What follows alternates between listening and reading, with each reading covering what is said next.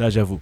Alors nga jóge E-Media mu nekk voilà foo xamante ne aussi bon on a été là-bas ensemble pendant quelques mois et souvent nga mën a produire ay conseils yoo xamante ne tey en fin d'émission bëgg naa aussi nga ñëwaat si donc bien avant ça dañuy ñëw si chapitre équipe nationale bu Sénégal parce que ba nga wax sànq aussi on vous connaît plus sur lutte bi mais football aussi sa passion la sa discipline la tey Sénégal nekk en préparation de la coupe d'Afrique bi am fële ci Cameroun donc depuis que le football est football ñu ngi xaar coupe bi ba léegi mënuñu kaa jël ce pays là qui est passionné de football aussi donc nekk parmi les favoris de cette compétition là tey on est à presque quelques semaines de la CAN alors Malick Thiandoum équipe Sénégal bii nii on est premier au classement FIFA au niveau Afrique on a de grands joueurs on a Sadio Mané on a un grand gardien Mendy qu'est-ce qui nous manque pour gagner en fait cette CAN là. C'est la grande question xam nga tey ñun Sénégal wax dëgg yàlla équipe bi ñu am ni suñ ci mënul gagner Coupe d'Afrique jaratul ñuy sonn c'est clair on a souvent eu de très bonnes équipes mais bu ñu demee toujours yaakaar dafay tas donc on se dit que am na tey lu téye équipe nationale.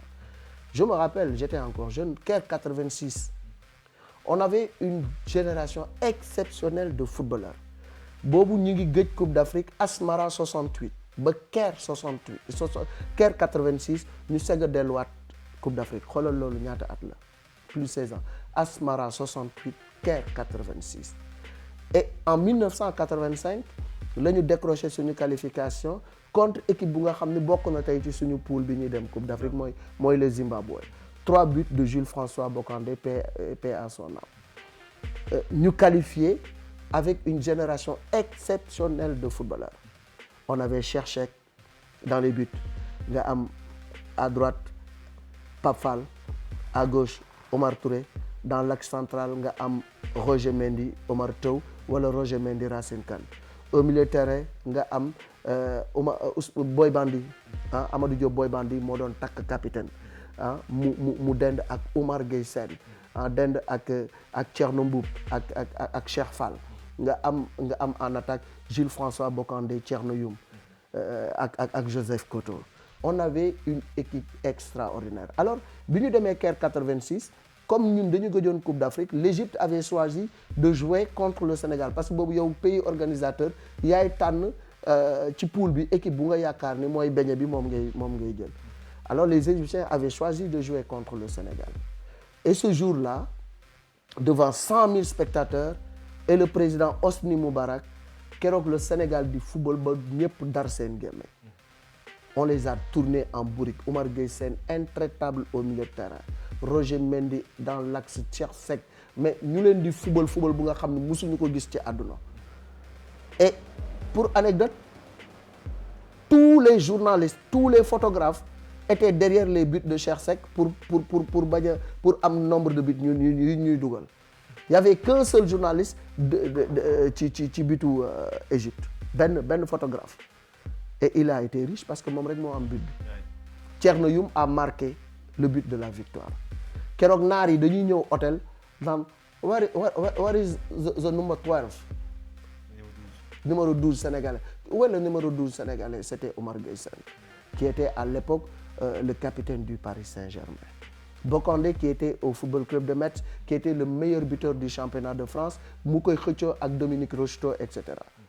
Alors équipe boobu la ñu amoon deuxième match ñu gagné troisième match ñu dóor ñu 1-0 contre la Côte d'Ivoire but de Abdoulaye Fofana le Sénégal est éliminé 2 victoires 1 défaite on est éliminé c'était la plus grosse désillusion bu ñu amoon parce que ñun ñëpp dañu cotiser woon ci équipe bu Caire 86 boobu ñu ñëwaat encore on a eu encore des générations exceptionnelles de footballeurs avec les El Hadj Diouf la génération de 2002 en finale on a été battu par au Mali par le Cameroun au tir au but c'était encore la déception CAN bi passé on a été en finale on a été battu gars yi ñibbi si ñuy feete défaite mel ni ñun ñoo jël coupe bi alors ce qui nous manque maintenant pour revenir à la question c'est pas de bons footballeurs des footballeurs on en a et dans tous les compartiments de jeu équipe bi amul compartiment booy jël te amoo fa l'un des meilleurs au monde je ne dis pas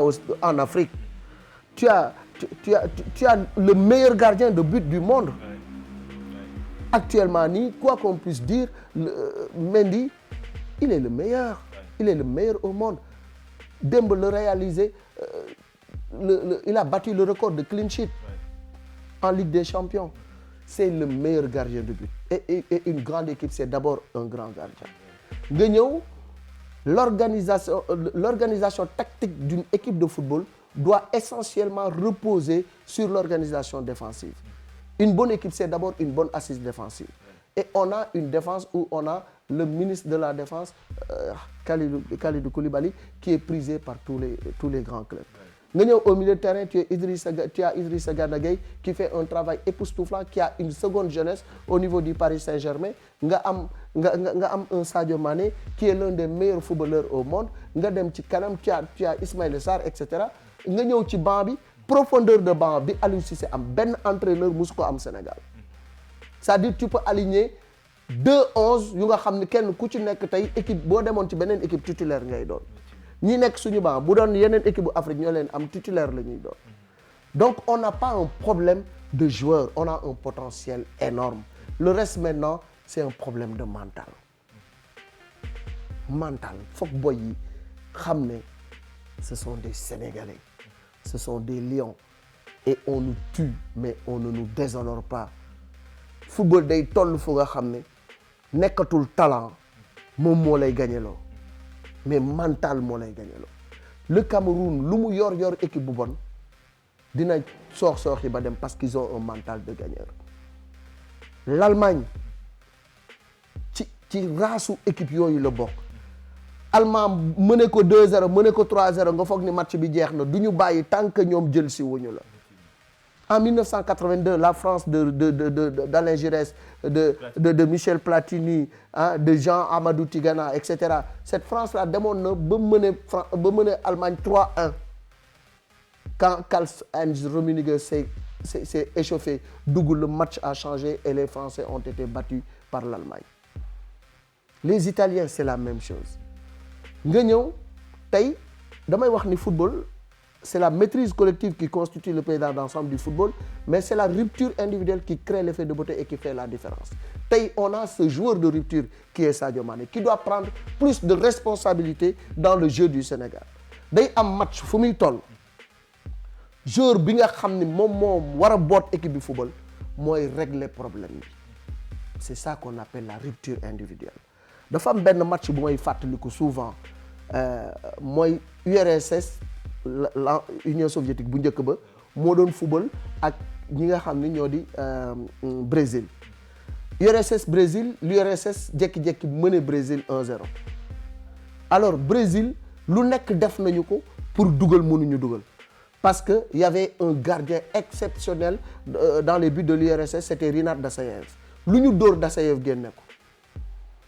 Alors benn moment am na benn joueur bu ñu doon wax docteur Socrates moo après nga tàppe nga xool.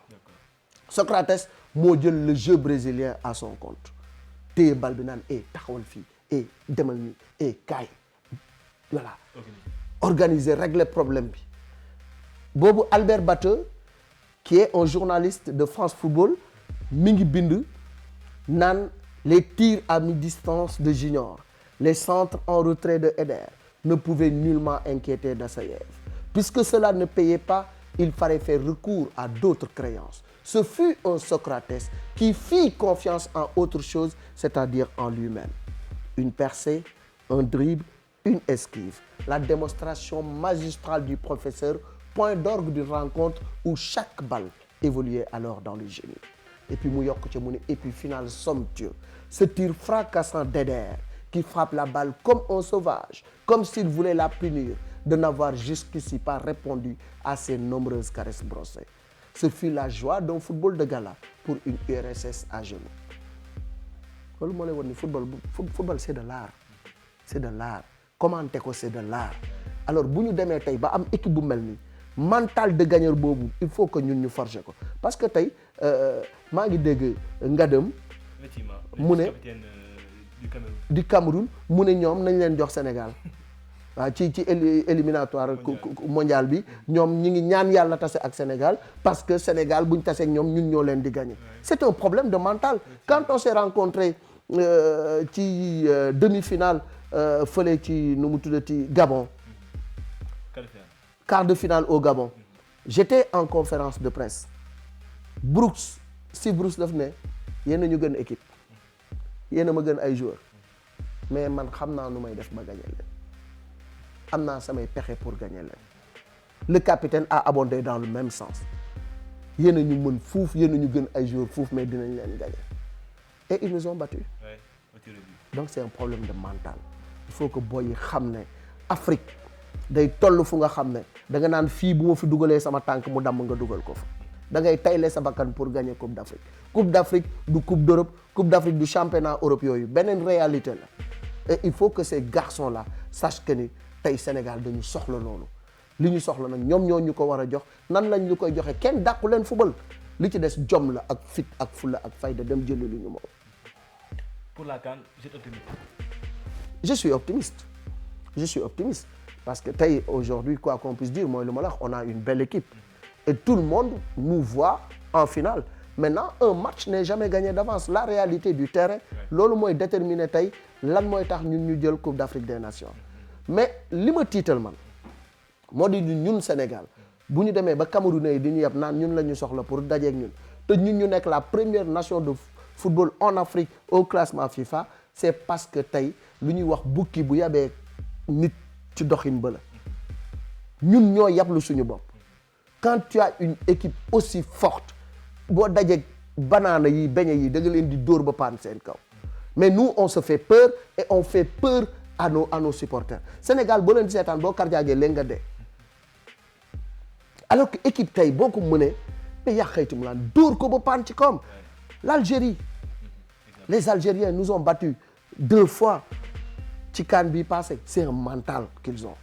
C'est un problème de mental. Tey Algérie da ngay xool seen parcours ci éliminatoire yi équipe yi ñuy taseel ñu nekk des équipes supposées faibles ñu raw leen lool ci classement FIFA ay 5 ay 6 ay 7 lañ leen di dóor. Score la ñuy dóor mais ñun du ñu dóor score 2 article 2 moom mooy bi ñu yor Lat Dior.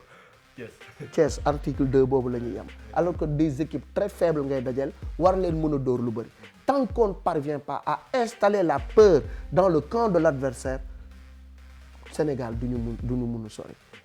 Il faut qu'on apprenne à se faire respecter lii tax ñu respecter la yow yaa koy def boo dajeeg équipe bu nga xam ne yaa ko mën da nga koy dóor ba paan ci kawam allemand yi ba ci Bayern Dominique yow xam nga Bayern ay 8 lañ lay dóor du ñu doyal mais ñun dañu gaaw a suur maanaam gaynde yor biiru muus mooy suñu gaynde yi